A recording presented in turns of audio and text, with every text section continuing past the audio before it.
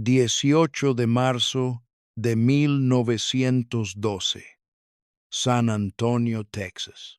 La locomotora permanece en el patio como si formara parte de la rutina diaria de una mañana laborable. De repente, la caldera se parte y el mundo cotidiano se desmorona con ella. A las 8:55 a.m., la locomotora N 3704 del ferrocarril Galveston, Harrisburg y San Antonio se prepara para entrar en servicio fuera del depósito. Los hombres se mueven a su alrededor siguiendo las rutinas propias del trabajo ferroviario. Cerca del acero, cerca del calor, cerca de una presión que hay que soportar, porque de otra manera el trabajo no podría realizarse. El aire transporta humo de carbón, aceite caliente, vapor húmedo y el olor a hierro de una locomotora que ya ha pasado por momentos de tensión. Entonces, la contención se rompe. En menos de un segundo, la caldera estalla, no primero con llamas, sino con fuerza. El agua sobrecalentada se convierte instantáneamente en vapor en expansión. El acero se desgarra. La explosión atraviesa el patio con la violencia de un bombardeo. No hay tiempo para huir. Los hombres más cercanos a la locomotora ni siquiera alcanzan a darse cuenta. El hierro se convierte en fragmentos voladores.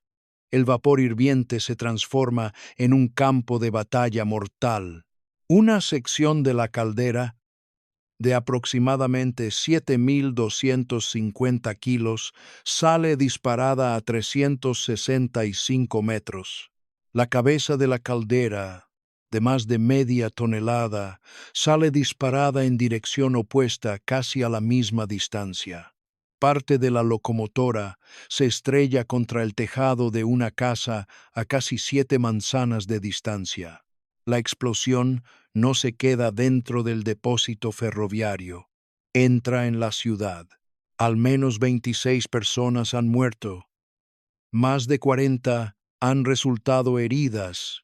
Algunos de los fallecidos nunca se contabilizan con precisión al principio, porque los trabajadores de reemplazo en los talleres no se registran correctamente. Algunos trabajan con nombres falsos en medio de la tensión de un conflicto laboral. Esa incertidumbre hace que la tragedia resulte aún más desgarradora. Una compañía ferroviaria sabe cómo controlar las locomotoras, la carga, los horarios y los ingresos. Los trabajadores en tierra, en cambio, no siempre son registrados con tanta exactitud. Las familias oyen la onda expansiva antes de comprenderla.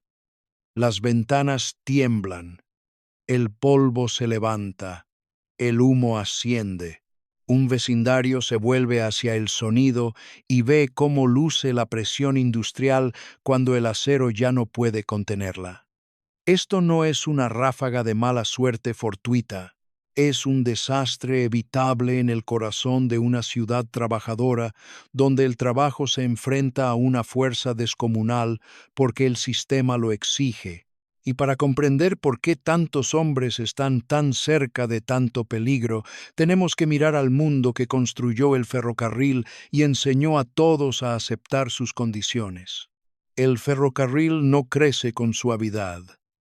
Se expande como una demanda que el país no puede dejar de satisfacer. A lo largo de Estados Unidos, las vías férreas atraviesan bosques, praderas, pueblos ribereños, corrales de ganado, campos petrolíferos y puertos, conectando industrias distantes en una maquinaria comercial implacable y veloz. A principios del siglo XX, la nación dependía del vapor para mantener en funcionamiento su maquinaria. Más de 386.000 kilómetros de vías férreas transportaban carbón, ganado, algodón, madera, grano, maquinaria y pasajeros a través de distancias inmensas que los caminos de carretas y los ríos por sí solos no podían cubrir.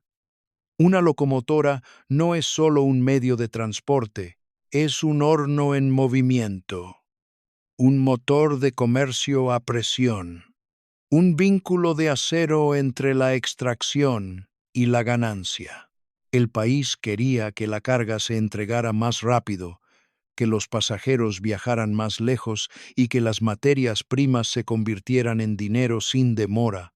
Cada estación de ferrocarril, cada taller de reparación, cada rotonda existía para satisfacer esa necesidad. La presión no reside solo dentro de la caldera, reside en el cronograma, en la nómina, en la necesidad de mantener las locomotoras en movimiento. Una locomotora que permanece inactiva en un patio no genera ingresos. Una locomotora que vuelve al servicio genera ingresos de inmediato. Esta lógica moldea el mundo ferroviario de arriba hacia abajo. Los ejecutivos miden la eficiencia en términos de movimiento. Los supervisores la miden en términos de tiempo de respuesta.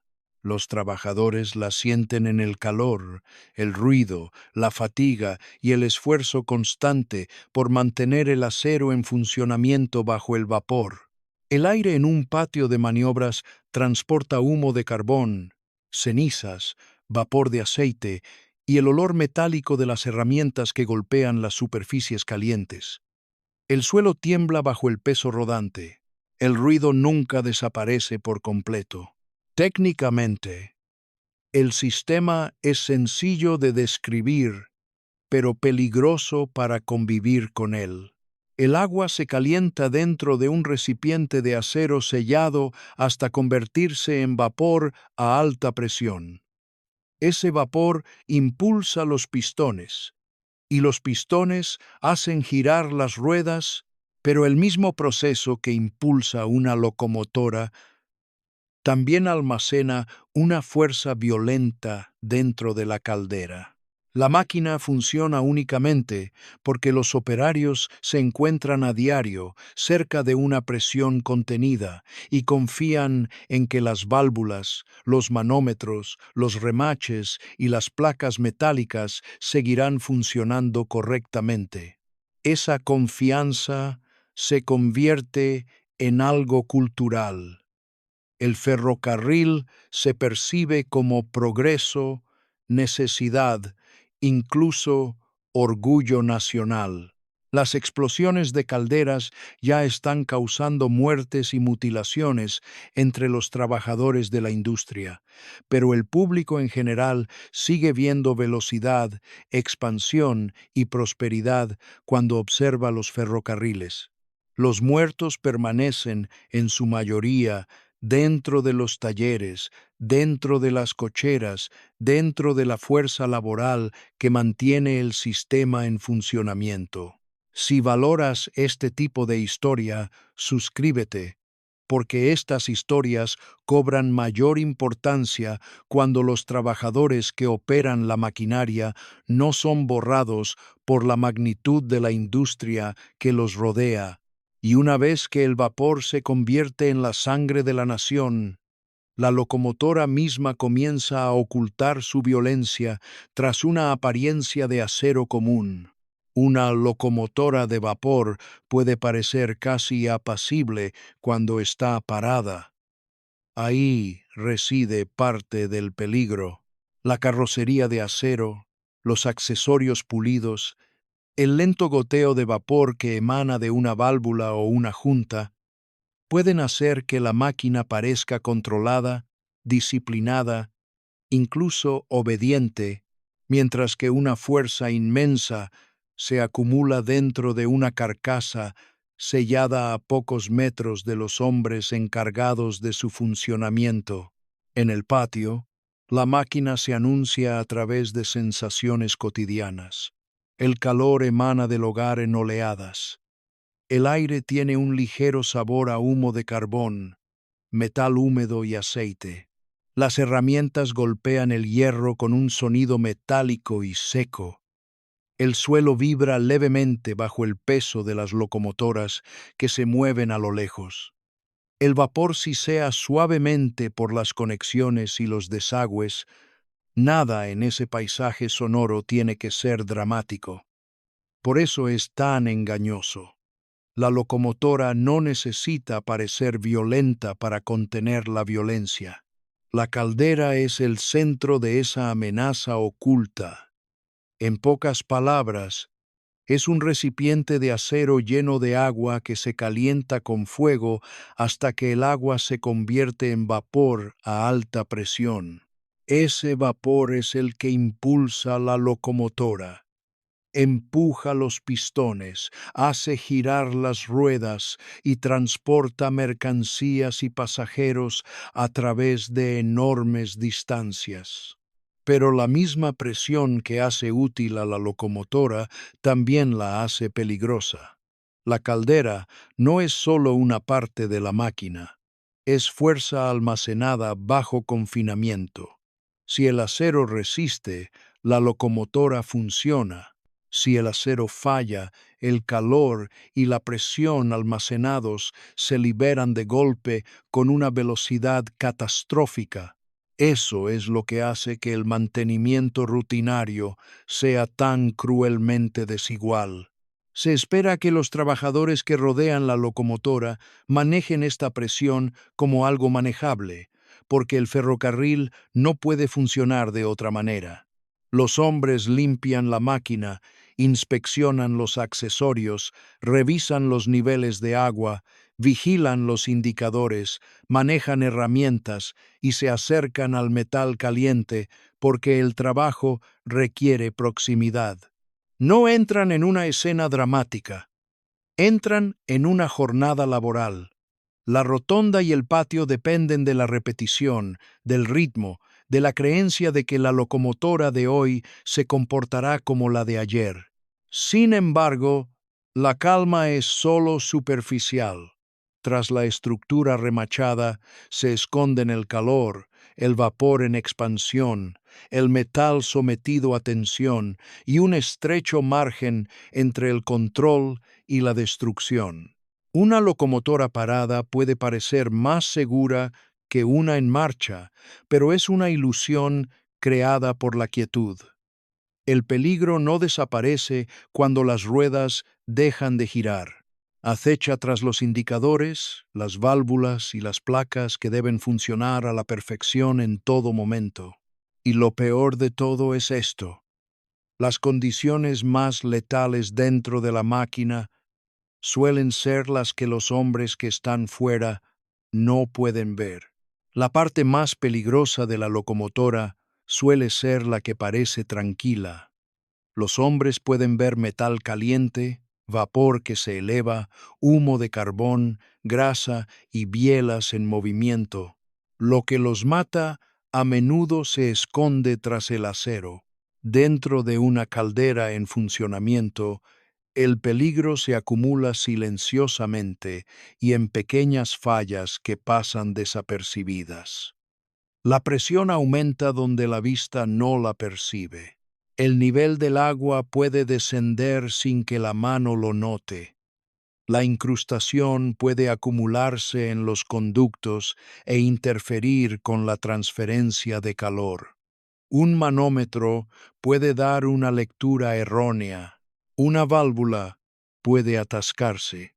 Un accesorio puede ajustarse más allá de los límites de seguridad sin ninguna señal visible en el exterior de la máquina. Alrededor de la locomotora, el patio aún huele a aceite, olín y hierro mojado. Los martillos resuenan. El vapor silba. El suelo vibra con el movimiento lejano. La máquina muestra su aspecto habitual mientras la verdadera amenaza se desarrolla fuera de la vista. Técnicamente, el sistema depende de una contención precisa. Una caldera solo funciona si el calor, el agua y la presión se mantienen en equilibrio. Las válvulas de seguridad deben liberar el vapor antes de que la presión supere la capacidad de la caldera. Los manómetros deben indicar la presión con precisión. Los inyectores deben reintroducir el agua en la caldera. Si falla una capa protectora, las demás deben compensar. Si fallan varias simultáneamente, la locomotora deja de ser un medio de transporte y se convierte en un recipiente a presión a punto de estallar. En San Antonio, los investigadores señalaron posteriormente que el tornillo de ajuste de las válvulas de seguridad se había apretado demasiado, lo que permitió que la presión superara la capacidad de la caldera. Ese es el mecanismo inmediato. Pero todo el sistema debe permitir que exista esa condición. Los trabajadores más cercanos a la locomotora no controlan la estructura general que los rodea, la heredan. Entran en un patio donde la rutina ya ha normalizado la exposición a fuerzas ocultas. Confían en instrumentos que no pueden abrir, en accesorios que no diseñaron, en reparaciones que tal vez no supervisaron y en horarios que no se detienen simplemente porque una máquina funcione mal. Esa es la crueldad del trabajo industrial a esta escala. Se les pide a los hombres que convivan con riesgos invisibles y los traten como algo normal porque el ferrocarril necesita movimiento más de lo que respeta la incertidumbre. Para 1911, el peligro ya era tan grave que el Congreso aprobó la Ley de Inspección de Calderas. Eso lo dice todo. El riesgo era conocido. Las advertencias existían. El acero ya había dado señales de vida. Si un sistema depende de un mantenimiento impecable, mano de obra apresurada y condiciones invisibles que ningún trabajador puede verificar con sus propios ojos, ¿es realmente seguro o simplemente está esperando su turno? Si quieren, pueden dejar su opinión en los comentarios, porque San Antonio no es un horror aislado. Forma parte de un patrón que el mundo ferroviario ya ha presenciado con sangre. San Antonio no está siendo atacado por alguna fuerza desconocida. La advertencia ya ha sido escrita muchas veces, en vapor, en hierro y en los cuerpos de los ferroviarios que murieron lejos de Texas. A principios del siglo XX, las explosiones de calderas de locomotoras ya eran una característica sombría y habitual de la vida industrial. Solo entre 1903 y 1908, estas explosiones en Estados Unidos causaron la muerte de 265 personas e hirieron a otras 716. Estas cifras no describen fallos aislados, sino un patrón. Describen una industria que sigue exponiendo a sus trabajadores a la presión del acero, mientras se acumulan las pruebas de catástrofes recurrentes. En un depósito tras otro, tanto en líneas de carga como de pasajeros, se repiten las mismas condiciones: calor, vibraciones, incrustaciones, fallos en los accesorios, lectura errónea de los manómetros, metal desgastado, servicio apresurado y la constante necesidad de mantener las locomotoras en funcionamiento. Los detalles varían según el caso, pero la mecánica se mantiene brutalmente constante. Una caldera es un recipiente sellado sometido a una presión enorme. Si una válvula de seguridad está mal ajustada, si el nivel del agua baja demasiado, si la incrustación interfiere con la transferencia de calor, si falla un inyector, si la carcasa se debilita, la locomotora deja de ser una herramienta y se convierte en una bomba. Esa transformación ocurre en un instante. El acero no se rinde lentamente, se desgarra, y la liberación es lo suficientemente violenta como para lanzar pesadas secciones de hierro a través de patios, contra edificios y a través de cuerpos humanos. Otros desastres hacen que esa verdad sea innegable. En marzo de 1907, una locomotora de carga del ferrocarril de Pensilvania explotó en Metuchen, Nueva Jersey, matando a 3 tripulantes. En 1909, en Cardiff, en el ferrocarril de Rimney, se informó que una válvula de seguridad había sido reensamblada incorrectamente después del mantenimiento. La presión aumentó. La tripulación de la locomotora sabía que algo andaba mal. La caldera igualmente explotó, matando a 3 hombres y lanzando el barril a gran distancia. Ferrocarriles diferentes, equipos diferentes, lugares diferentes, la misma lección letal. Y aún así, la industria sigue tratando cada explosión como un incidente aislado, una avería local, un pequeño fallo técnico. Así es como la negligencia sistémica se protege, reduce el panorama hasta que cada muerte parece un hecho particular en lugar de un problema estructural. Culpa a un componente, a un momento, a un hombre, a cualquier cosa menos a la cultura laboral que permite que estas condiciones persistan. Los trabajadores no necesitan más pruebas. Las pruebas ya están enterradas en los depósitos anteriores. Así pues, cuando la locomotora NE 704 se encuentra en San Antonio en marzo de 1912, el peligro no es algo sin precedentes. El mundo ferroviario ya ha sido advertido. Los antecedentes existen. El acero ya ha hablado. Lo que queda es la pregunta más difícil. Si se conoce el patrón, ¿por qué las familias trabajadoras siguen viviendo y trabajando tan cerca de su radio de explosión? La estación de ferrocarril no está al margen de la vida cotidiana. Está a su lado, respira en ella, y cuando el sistema falla, mata más allá de sus propias vallas. En San Antonio, los talleres y la rotonda forman parte de una ciudad viva, no de una isla industrial aislada. Las casas están lo suficientemente cerca como para que las familias oigan los silbatos, el martilleo, el profundo estruendo metálico de las locomotoras que se mueven, se reparan y se ponen en marcha. El aire está impregnado de humo de carbón y cenizas. Las ventanas se llenan de hollín. A veces, el suelo tiembla bajo el peso de las máquinas que pasan.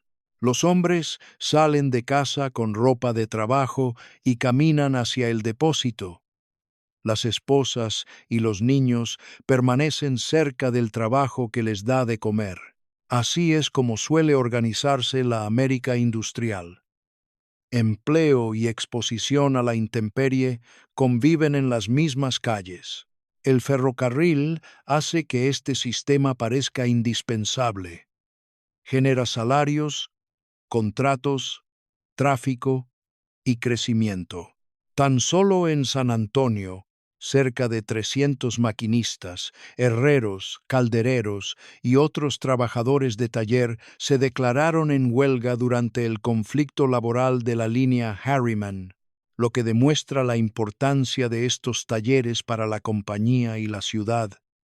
El trabajo no cesa porque la necesidad persiste. Las locomotoras aún deben repararse, limpiarse, encenderse y volver a ponerse en servicio.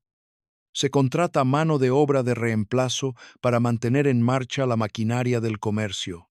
La presión es económica antes de volverse física. Esa presión económica moldea la geografía del peligro. Las casas se construyen cerca de las cocheras porque los trabajadores necesitan vivir cerca de ellas. Los talleres funcionan con jornadas largas porque las locomotoras no pueden esperar. En gran parte del mundo ferroviario, los turnos de 12 horas son habituales, la fatiga es común y el riesgo se convierte en parte del salario. Esta situación acostumbra a todos a aceptar la proximidad a la violencia latente como algo normal. Una caldera es simplemente parte del paisaje hasta que se rompe. Entonces la ilusión se desvanece de inmediato. Cuando la locomotora número 704 explota, la explosión demuestra lo falsa que siempre ha sido esa frontera. Fragmentos de la caldera recorren más de 365 metros. Una sección de la locomotora se estrella contra el tejado de una casa a casi 7 manzanas de distancia. El desastre afecta a personas que jamás han tocado una llave inglesa, abierto una válvula o pisado la rotonda. Esa es la cruda realidad de la ciudad contigua al depósito de locomotoras. Los trabajadores asumen el peligro inmediato, pero la comunidad circundante también se ve involucrada. Y una vez que la ciudad queda completamente integrada en el radio de acción de la fuerza industrial, la reconstrucción final de aquella mañana deja de ser meramente técnica para convertirse en íntima. A las 8:55 de la mañana, la locomotora deja de ser una máquina y se convierte en una explosión. La transformación dura menos de un segundo, pero la destrucción que desata atraviesa la estación, entra en la ciudad y deja hombres muertos antes de que puedan siquiera comprender lo que está sucediendo. La locomotora número 704 se encuentra frente a la rotonda en San Antonio el 18 de marzo de 1912, preparándose para entrar en servicio. La escena es común, como suele serlo el trabajo industrial justo antes de una catástrofe. El vapor se extiende en finas volutas. El metal cruje al asentarse las piezas calientes bajo presión. El aire huele a humo de carbón, hierro húmedo, aceite y calor de la caldera. Los trabajadores se acercan a la locomotora porque el trabajo no les deja otra forma de trabajar. Las manos se dirigen a los accesorios, válvulas, herramientas y superficies que irradian calor a través de la ropa y la piel.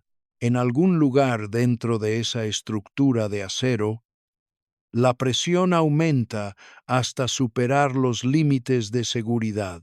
Técnicamente, el mecanismo es simple y despiadado. Una caldera de vapor mantiene el agua a temperatura intensa hasta que se convierte en vapor a alta presión. Si la presión supera la capacidad de la carcasa, el acero se rompe. En el instante en que se produce la rotura, el agua sobrecalentada se expande violentamente, convirtiéndose en vapor. Esta expansión multiplica la fuerza al instante. La caldera no solo se parte, sino que se desintegra. La locomotora se convierte en su propia artillería. Eso es lo que sucede aquí. Los investigadores concluyen más tarde que el tornillo de ajuste de las válvulas de seguridad se apretó demasiado, permitiendo que la presión interna aumentara más allá de los límites de resistencia.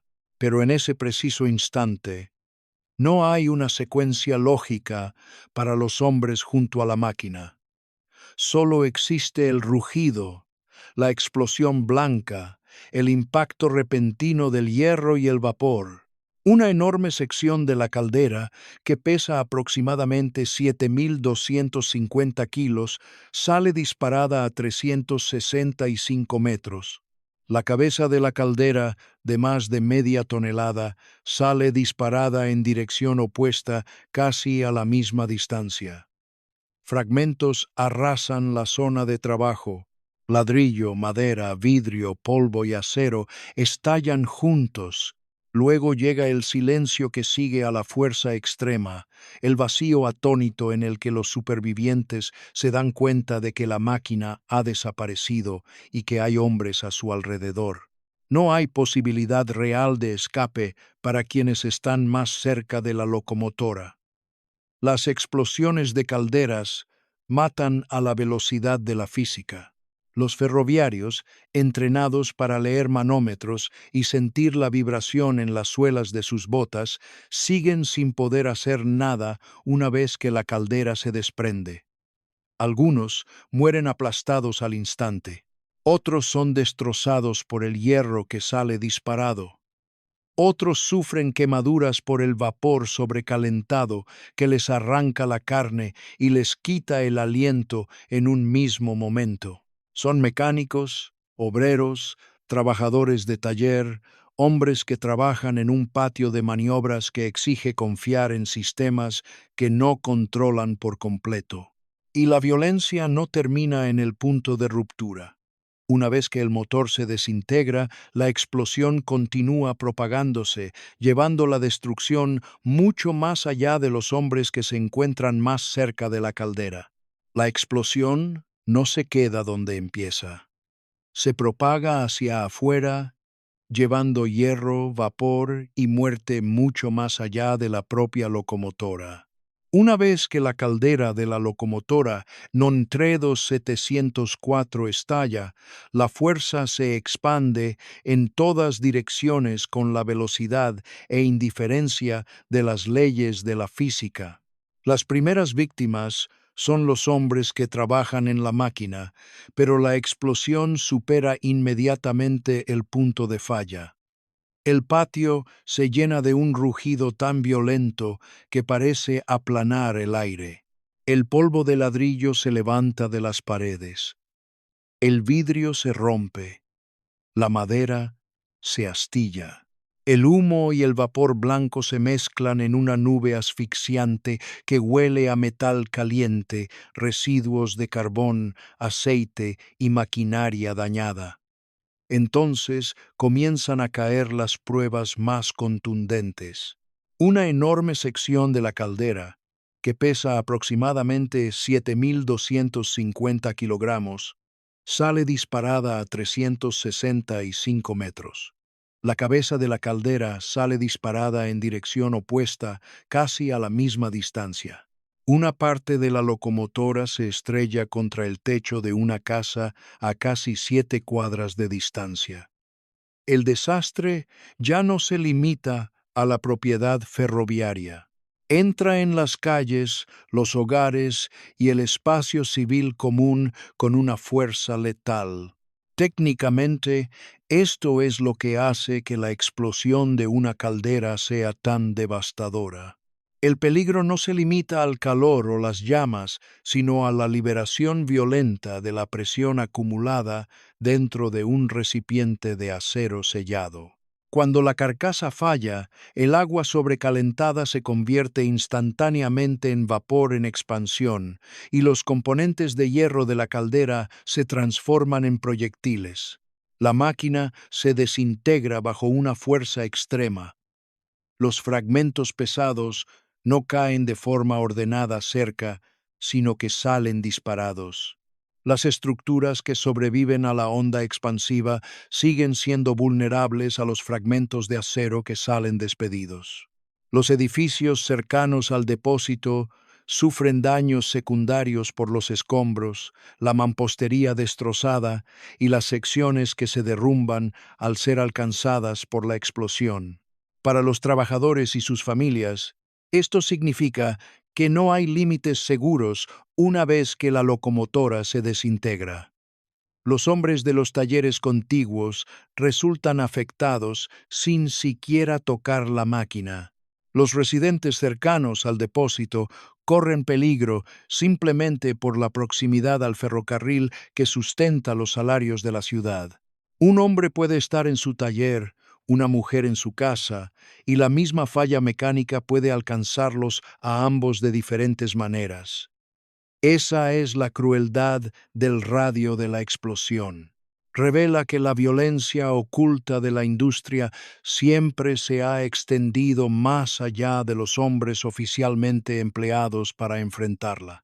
Cuando el humo comienza a disiparse y el ruido da paso a un silencio atónito y antinatural, San Antonio se enfrenta al ajuste de cuentas más doloroso de todos: el recuento de los muertos, los desaparecidos y los hombres que nunca regresarán a casa. Tras el estruendo llega el recuento. Así es como un desastre evitable entra en la memoria humana, primero como violencia, luego como la lenta e insuficiente tarea de nombrar a los muertos.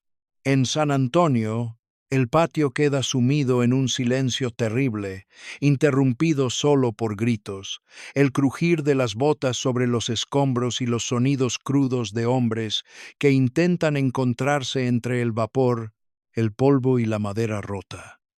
El aire aún está caliente. Huele a hierro mojado, humo de carbón, aceite quemado y madera recién arrancada. Los cristales rotos crujen bajo los pies. Metal retorcido yace esparcido por el suelo donde los hombres trabajaban apenas unos instantes antes. Algunos cuerpos se encuentran rápidamente, otros no se encuentran íntegros. Algunos están ocultos bajo los escombros y otros están tan dañados que su identificación se convierte en una labor cruel.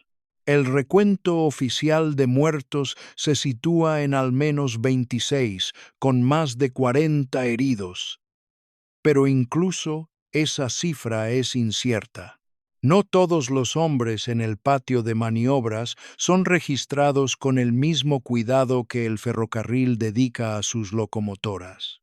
Algunos de los fallecidos son trabajadores de reemplazo contratados durante el conflicto laboral, hombres cuyos nombres están incompletos en los registros de la empresa.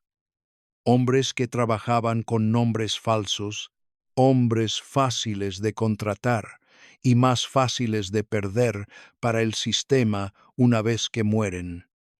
Esa incertidumbre importa. Significa que el saldo final no es solo un hecho de muertes, es también un hecho de cómo se valora el trabajo industrial. La empresa puede registrar las piezas de las locomotoras con todo detalle. El registro humano es menos preciso. La mayoría de los fallecidos son trabajadores, mecánicos, obreros, peones, hombres que trabajan cerca del motor porque sus salarios exigen exposición a altas temperaturas y presiones. Las familias comienzan la amarga tarea de buscar en hospitales, morgues improvisadas, pensiones y rumores. Las esposas esperan una confirmación que se prolonga demasiado. Los niños pierden a sus padres antes de que termine la jornada laboral. En las casas cercanas al depósito, la explosión ya no es un suceso industrial abstracto, es el dolor que entra en la calle, la cocina, la iglesia, el cementerio. Algunos de los fallecidos son identificados y llorados públicamente. Otros permanecen parcialmente olvidados en los registros históricos, desdibujados por las diferencias de clase, la represión de la huelga y el caos de la propia explosión. Por eso, el lenguaje conmemorativo cobra tanta importancia. No se trata de cifras generadas por una máquina fallida. Son trabajadores cuyas vidas fueron truncadas al servicio de un sistema que exige un riesgo constante y ofrece, a cambio, un recuerdo incierto. Y una vez que se ha contabilizado el número de muertos hasta donde ha sido posible, comienza otro proceso, igual de previsible, la investigación oficial, que promete explicaciones, al tiempo que a menudo protege la estructura que hizo posible el desastre. La investigación comienza casi de inmediato. Ese es el ritual tras un desastre evitable. El humo aún flota en el aire, el metal todavía está caliente al tacto, y la maquinaria de explicación ya se está poniendo en marcha. En San Antonio, funcionarios y representantes del ferrocarril se reúnen mientras el patio de maniobras aún conserva las marcas de la violenta explosión. El polvo se adhiere a las vigas rotas. Vidrios y hierro retorcido yacen esparcidos por el suelo. El olor a vapor, aceite, hollín y madera astillada aún persiste. Los hombres que sobrevivieron a la explosión todavía muestran conmoción en sus rostros y en su ropa. Algunos están quemados, algunos tienen cortes por fragmentos, algunos intentan responder preguntas mientras aún se identifican a los muertos. La investigación promete orden, promete una causa, promete que el caos se reducirá a una sola respuesta clara. Técnicamente, la Junta sí llega a una conclusión. La investigación local concluye que la explosión de la caldera se debió a una presión de vapor excesiva tras apretar demasiado el tornillo de ajuste de las válvulas de seguridad. En términos mecánicos, esta conclusión es bastante clara. Una válvula de seguridad debe liberar la presión antes de que la caldera alcance un límite peligroso. Si se desactiva esta protección, la presión continúa aumentando hasta que el acero ya no puede contenerla. La explicación es válida, sin embargo, es incompleta, como suele ocurrir con las explicaciones oficiales. Porque una vez que la causa se reduce a un solo ajuste, un solo punto de falla, una sola acción del empleado, la estructura general comienza a desvanecerse. La locomotora ya había sufrido daños meses antes y fue reparada antes de volver a estar en servicio. El patio de maniobras opera durante una amarga disputa laboral. Los operarios cualificados están en huelga. Se contrata a trabajadores de reemplazo para mantener el ferrocarril en marcha. La Ley Federal de Inspección de Calderas apenas comienza a entrar en vigor.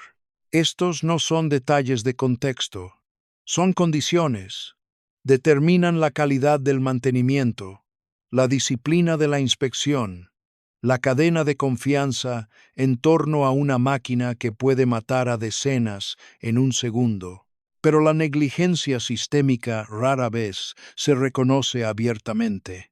Es mucho más fácil aislar el detonante inmediato que preguntarse por qué el sistema está diseñado de tal manera que un solo error puede provocar una masacre. Es más fácil atribuir una causa técnica a un problema técnico que afrontar la cultura de prisas, sustitución y presión productiva que la rodea. Los fallecidos reciben sus conclusiones. La empresa se distancia. El astillero, con el tiempo, se prepara para volver a trabajar, y esa es la herida más profunda que dejan investigaciones como esta. Explican cómo falló el acero, pero dejan peligrosamente latente la pregunta más importante: ¿por qué la industria sigue organizando el trabajo de manera que el fallo siga siendo inevitable? La caldera explota en un segundo. El sistema que hace posibles tales explosiones se ha construido a lo largo de años. Por eso, la industria siderúrgica sigue cobrándose vidas mucho después de que el peligro ya sea conocido. Para 1912, la violencia entre locomotoras y calderas ya no era un misterio. La industria tenía las pruebas. Los legisladores federales ya habían aprobado la Ley de Inspección de Calderas en 1911 porque el riesgo era demasiado evidente, demasiado mortal y demasiado recurrente como para ignorarlo. En los años previos a San Antonio, cientos de personas murieron o resultaron heridas en explosiones de calderas de locomotoras. Las advertencias estaban presentes en los informes, en las conversaciones de los talleres, en las máquinas dañadas, en los funerales. Sin embargo, el sistema ferroviario seguía exponiendo a los hombres a la presión del acero en condiciones condicionadas por la velocidad, el costo y la constante demanda operativa. El problema técnico es bastante sencillo. Una locomotora de vapor funciona confinando calor y presión extremos dentro de una caldera de acero. Este sistema puede hacerse más seguro mediante inspecciones rigurosas, manómetros precisos, válvulas de seguridad correctamente ajustadas, reparaciones adecuadas, mano de obra cualificada y la disposición a detener el trabajo ante cualquier incertidumbre. Pero cada una de estas medidas de protección tiene un coste en tiempo, dinero e interrupción del servicio. Una locomotora detenida por precaución es una locomotora que no genera ingresos. Un taller ralentizado para una inspección minuciosa es un taller que retrasa el cronograma. La lógica del ferrocarril hace que la seguridad sea necesaria, pero nunca tan urgente como la movilidad. Esa presión económica recae con mayor dureza sobre los hombres con menos poder para resistirla. Los trabajadores no fijan los horarios, no controlan las políticas de contratación, los presupuestos de reparación ni la cultura general de la producción. Heredan esas condiciones con el trabajo. En San Antonio, ese desequilibrio se agrava por el conflicto laboral. Los operarios cualificados se han declarado en huelga. Se contrata mano de obra de reemplazo para mantener el ferrocarril en funcionamiento. Que el desajuste fatal sea obra de uno u otro no es la verdad más profunda. La verdad más profunda es que el sistema prioriza la continuidad sobre la prudencia y espera que los trabajadores asuman el riesgo. Así es como un desastre evitable se convierte en una historia recurrente, no porque el peligro sea desconocido, sino porque un peligro conocido se vuelve aceptable cuando se considera que detenerse es más costoso que continuar. El acero falla, pero no solo. Detrás de cada rotura hay una cultura que tolera la fatiga, la sustitución, el mantenimiento apresurado y la tácita suposición de que algunos trabajadores pagarán el costo humano de mantener la línea abierta. Si lo desean, pueden dejar esta pregunta en los comentarios. Cuando una industria puede medir el retraso con mayor precisión que la muerte, ¿cuánto valor le ha asignado a la vida de un trabajador? Y una vez que se formula esa pregunta con honestidad, el significado final de San Antonio se hace evidente. No solo lo que sucedió allí, sino también lo que deja como legado. Los restos se enfrían, los funerales terminan, la ciudad vuelve a la normalidad, pero el astillero conserva su lección, escrita en un lenguaje que la industria siempre ha comprendido demasiado tarde. Acero destrozado, hombres desaparecidos y un silencio que se instala donde antes reinaba el trabajo. Tras la explosión de la caldera en San Antonio, algunas cosas cambian debido a la presión ejercida por numerosos organismos. La Inspección Federal de las Calderas de las Locomotoras, ya autorizada por ley, cobra mayor relevancia moral tras desastres como este. El principio es sencillo. Una máquina que soporta enormes temperaturas y presiones no puede confiarse únicamente a la rutina privada. Requiere escrutinio, estándares y la voluntad de detener el trabajo antes de que un peligro oculto se convierta en una tragedia pública.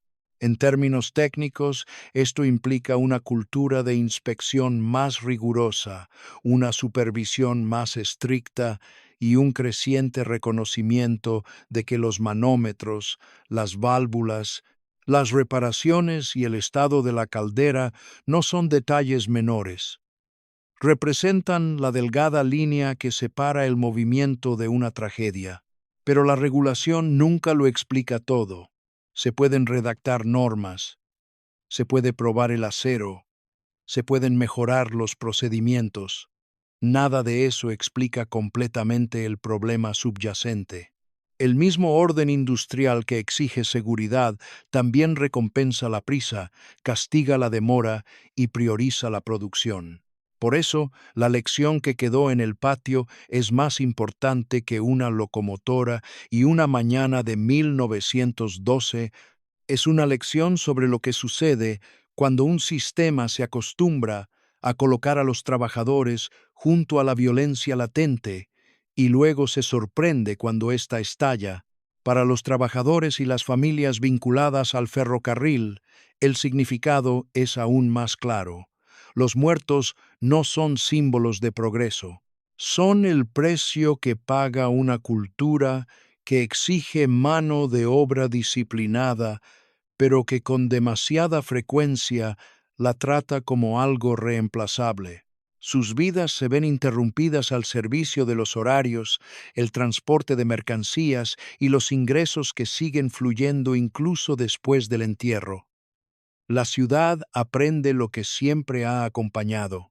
La nación aprende o se niega a aprender lo mismo otra vez. Por eso, San Antonio merece un discurso conmemorativo, no una jerga industrial.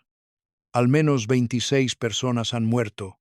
Otras están heridas, mutiladas o prácticamente olvidadas en la historia. Son mecánicos, obreros, ferroviarios, vecinos. No son restos de una máquina averiada.